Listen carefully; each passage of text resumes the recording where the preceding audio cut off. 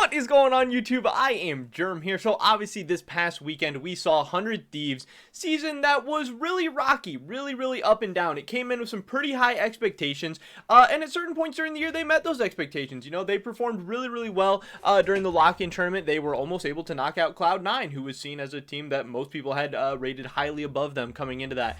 They also started out the LCS season very highly. They were the first or second ranked team a couple of weeks into the season, but then obviously things went downhill pretty fast, ultimately resulting in them finishing 4th place in the LCS playoffs, which some people are saying is not very bad. Some people are saying is pretty good overall, but a lot of people seem to just have a lot of hate and a lot of flame pointed towards 100 Thieves right now, whether it's their coaching staff, the organization, the management, the players, whatever, for not only where they ended up getting knocked out and win, but also kind of how. So in this video today, we're going to be talking about 100 Thieves season as a whole, what went wrong, why it went wrong, where they can go from here, and we're going to be having Doublelift, Sneaky, and Meteos chime in there for a second too, and share some of their thoughts and opinions from a live stream they did this past week. But before we get into that, I just want to mention real quick, if you guys have not already, please take a second and smash that like button. I would appreciate it so much. Really helps me out the YouTube algorithm. We aim for about 100 likes on a good video around here, so check it out. If we're under 100 likes, help us out, run that number up. If we're not,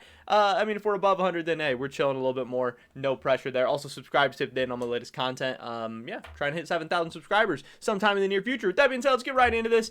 We can start out with Mr. Doublelift, Mr. Sneaky, and Mr. Meteos. They, sum up a lot of what's going on pretty nicely. As you can see here, this clip is from a couple days ago. It's titled "They're So Effing Awful, Man." 100 Thieves 2021 is obviously from Doublelift's co-stream, which if you guys have never checked that out, they're usually pretty entertaining. Obviously, a lot of high-level players with a lot of thoughts. Overall, pretty good communication from all these guys. They're pretty well spoken, and they have a lot of knowledge. They have a lot of memes. They're pretty funny, and they get a ton of viewers because of it. But let's see what they had to say about this is in game 3 of TSM versus 100 Thieves this past weekend, 32 minutes in. Around them, and it's just like we've been degressing backwards. Yeah. I mean, I think here it's probably just like this stress of like this series and the fact that they had Baron stolen before. Like, obviously, what they did was horrible. Where's Someday going? Well, like you can't think like that. I mean, I'm not defending it as a good thing, but it is probably what's happening. Guys, where's Someday going? Why is he on Soloing Baron?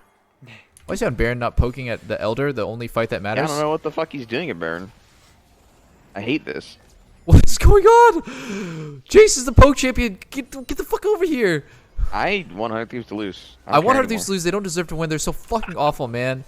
So obviously that's where Doublelift comes in with his, 100 Thieves are so fucking awful, man. But then Sneaky and Doublelift saying that they want them to lose. I just think that's hilarious coming from these guys, because obviously for the most part, yes, they've all played on teams. They have friends in some of these teams, and maybe they have some ties to some organizations loosely and stuff. But overall, it's funny to hear them say that they want a certain team to lose, and just because of their playstyle, because their playstyle and how they play, and kind of just what's going on in the game is so maddening that they do not want to see a team playing like that win. I think that's pretty funny, because that's kind of where I have felt that I've been at over the course of the season as well, and I have a feeling that a lot of people on Twitter, a lot of people on Reddit are kind of having that same way as well. Like, overall, 100 Thieves, it's like a cool organization. Everyone wants to call it the Hoodie Org and stuff like that, and they have a lot of big name personalities. People like Nade Shot, people like Papa Smithy, people even like this roster that 100 Thieves has put together, but it becomes so hard to root for them when they constantly are making weird organizational decisions, when their team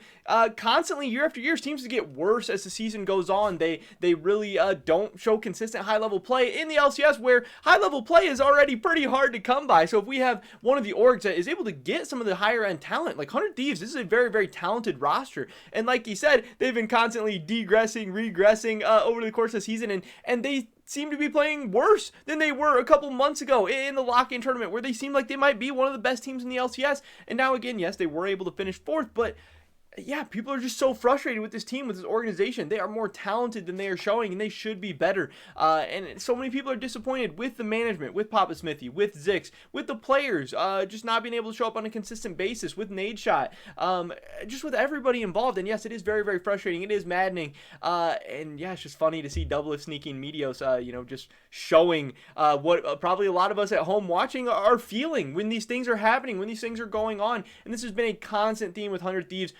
I don't want to say the whole season, but the last couple of weeks for sure, maybe even the last month, 5-6 weeks, it seemed like 100 Thieves has had a lot of these same issues, and it's been so frustrating because, yeah, this team is good. They should be better than this, but yeah, they're constantly holding themselves back. Holy shit. I could coach a team of 5 challenger players to play better than this, play smarter than this. They're so fucking awful. They don't know how to play the game at all. FBI literally just walks in and gets comboed. What is going on? Dude, what is this? 100 Thieves need to not hit Baron. Somebody get over here. How is TSM here? They're not dead? Somebody. Shoot EQs. Around them, and it's just like we've been So that was the whole clip. You know, that clip kind of was blown up. It did get pretty popular on Reddit. I believe it was going around. I know I saw some people talking about it on Twitter, and a lot of people retweeting and stuff, being like, yeah, I mean, this is exactly how I feel. Yes, this is crazy. Yes, how does Zik still have his job? Because, I mean, when we think back to Golden Guardians last year, coming into the season, not a lot of teams had a lot of hype for Golden Guardians. You know, Huhi obviously being support, people didn't know what to expect. FBI, people didn't really know what to expect. People were excited to see Demonte back in the mid lane, and that was cool. Haunter has been a guy who was good for a while back. Closer, people were hyped up for. You know, the TCL does have a lot of awesome prospects and stuff, but the expectations weren't that high. But then, seeing how Golden Guardians were able to really progress over the course of the season, it seemed like they got better each and every week. And by the playoffs came around, they were, you know, were knocking down TSM, and then they took TSM to the 5th game in the rematch, and then that same TSM team went on to win the LCS title. So people were so hyped, so excited for Golden Guardians. They were 1 game away from knocking out the eventual LCS champions. There's a case to be made that they were, you know, at one point in time, perhaps the 2nd best team in the LCS last year. And then now you have them moving over to 100 Thieves, who is supposed to be an organization with better structure in place, more money, more resources to be able to just get this team going even further, to continue on the great things that this team was building on from last year and continue to progress them forward. And then also the one change made to this roster, yeah, it's not the exact same roster. It's not all 5 guys moving over, but it's 4/5 of the same roster. But Haunter was at a lot of times seen as perhaps a weak point on this roster, and replacing him with Someday, who at certain points people have considered an absolute world-class top laner. This team should have upgraded. They should have been just as good as last year, if not even better. And then with a whole split under their belt, including the lock-in tournament, including this whole, you know, regular season run into the playoffs run, should have been continually getting better. And for sure, by now, should have at least looked better than they were last year, but also looked like they were getting better from week to week. But this roster has done the exact opposite. Again, they peaked during the lock-in tournament, maybe during the 1st or 2nd week of the LCS regular season, but they have only gotten worse since then.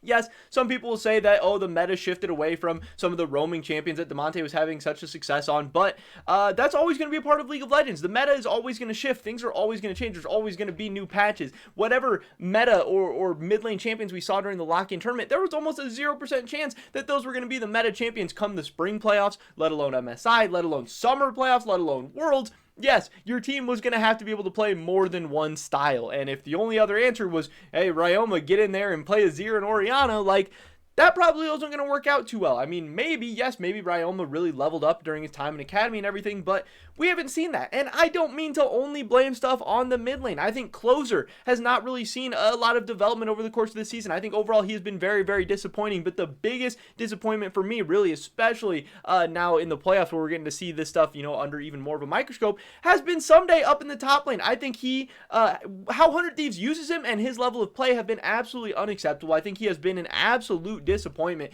This guy was supposed to be the big upgrade to the roster that puts him over the top, that gets him into the top 3, that gets him into Worlds contention, and maybe even LCS title contention. They have a huge carry in FBI. They have a solid, very, very solid support in Huhi, who at times during this season has looked like a top 2 or 3 support. Closer can be one of the best junglers in the LCS when he's on. Yes, they do have a little bit of a question mark in the mid lane, but if you have all of those other pieces figured out, the LCS, it's not that good. These teams are not amazing. It's not like Team Liquid. It's not like Cloud9. It's not like TSM doesn't have holes. They don't have flaws. They have things that are very, very, you know, apparent problems with those teams as well. So yes, you might have some issues, but either way, that's what the whole season is for. That's what scrimming, that's what practicing, that's what a great infrastructure and coaching staff and organization is supposed to do over the course of the season, to be filling those holes, to be working on those holes, to, even if you can't, you know, like, you're not going to turn Ryoma into Faker overnight, but you're going to maybe help him develop some kind of champion pool, or at least some play style that is able to play around your team in a way that you can, you know, maybe at least look like a coherent team. Again, maybe you're not going to be able to beat Team Liquid, or maybe you're not going to be able to beat Cloud9, because yeah, those teams at the end of the day, they probably probably are more talented than 100 Thieves, and that was always going to be an uphill battle.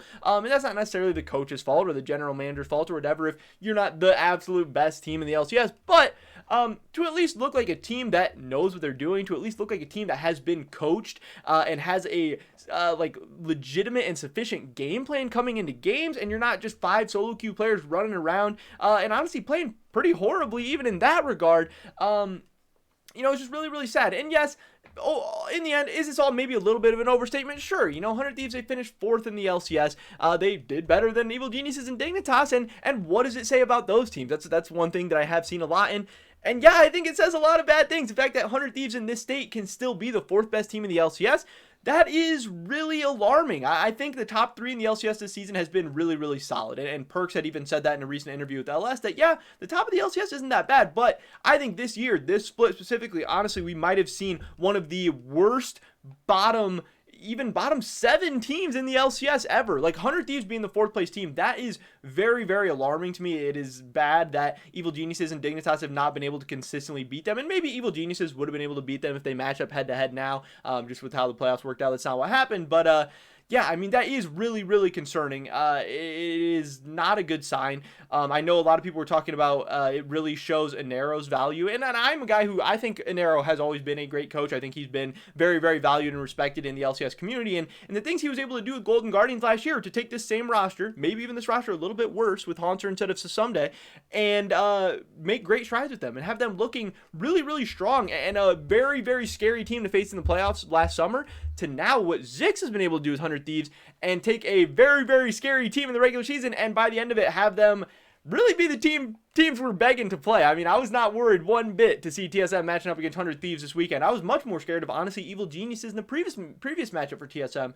And I mean, at this point, I would be shocked if Zix is still the coach for 100 Thieves come Spring Split 2022. I don't know what even options are available to them to make a coaching swap headed into the Summer Split, but I think overall this split should be seen as a pretty big disappointment for 100 Thieves. Not only where they finished, because again, 4th place is not that terrible. 4th place out of 10, they were kind of projected to finish 4th place anyway, but how they looked in finishing 4th, how talented their team was and showed that they could be, and how little we saw that team performing at their best, and just how clueless and discombobulated they look in some of these losses, I think is a real indictment on maybe not just the head coach, maybe the entire coaching staff, maybe the entire management, maybe the entire structure of the organization. But this is something that we have seen consistently with 100 Thieves the past couple of seasons.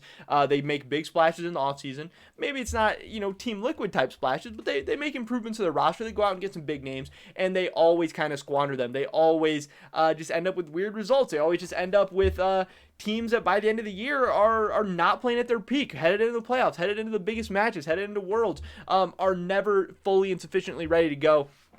I am definitely a fan of Papa Smithy. I have a lot of respect for him. I think he's a brilliant speaker, a brilliant mind, probably a great leader for an organization. But I think he does need to step up and start making some changes. I do not think Zix is the guy. I think consistently we have seen Zix not doing well enough of a job on a lot of different teams. He seems to keep finding himself into a position where he's has very, very talented teams, and it keeps not working out. And I think if Papa Smithy doesn't start making some of these moves, that then you have to start kind of questioning what he's doing as a general manager. And if he can't, fire people or make the right hirings or get the right people put in place to have his team in a position to win, then maybe it's his time as well. And overall, I think 100 Thieves has done a lot of great things as an organization. Looking at like 100 Thieves Next and 100 Thieves Academy, they have a ton of awesome players going to be coming up in the next few years. And honestly, 100 Thieves is building up a lot of the North American player base in a lot of ways. And they have a couple of guys that a lot of people think are going to be the next LCS stars, and they might be a couple years away from that. So maybe they just want to, wade through the waters right now until they can get to their next couple of superstar players. But in the meantime, they need to be getting the right things in place. I mean, if they want to be a good team in a couple years with some of these guys coming up, then they need to have the right coaching staff. They need to have the right infrastructure. They need to have the right practice schedule so those players' talent doesn't get wasted. So those guys are actually getting better over the course of the season. By the time playoffs comes around, they're actually playing as a unit, as a team, and learning how to be a professional in the LCS and learning how to win games and play the game the right way, because that is not happening right now in 100 Thieves, and really has me worried about them getting their hands on some of the top North American talent coming up in the future, and kind of how it could hurt the development of some of those guys. But that is pretty much it for this video today. Thank you so much for watching. I would appreciate it so much if you dropped a like on this video. It really helps me out the YouTube algorithm. Leave a comment down below. What do you think 100 Thieves should do? Do you think they need to change their players, change their coaching staff, change Papa Smithy? Or do you think they need to change nothing and that they'll just continue developing the summer split and they'll be all right? I'd love to hear your guys' thoughts and opinions. Subscribe to stay up to date on all my latest content. Hopefully catch you guys in the next one. But until then, peace!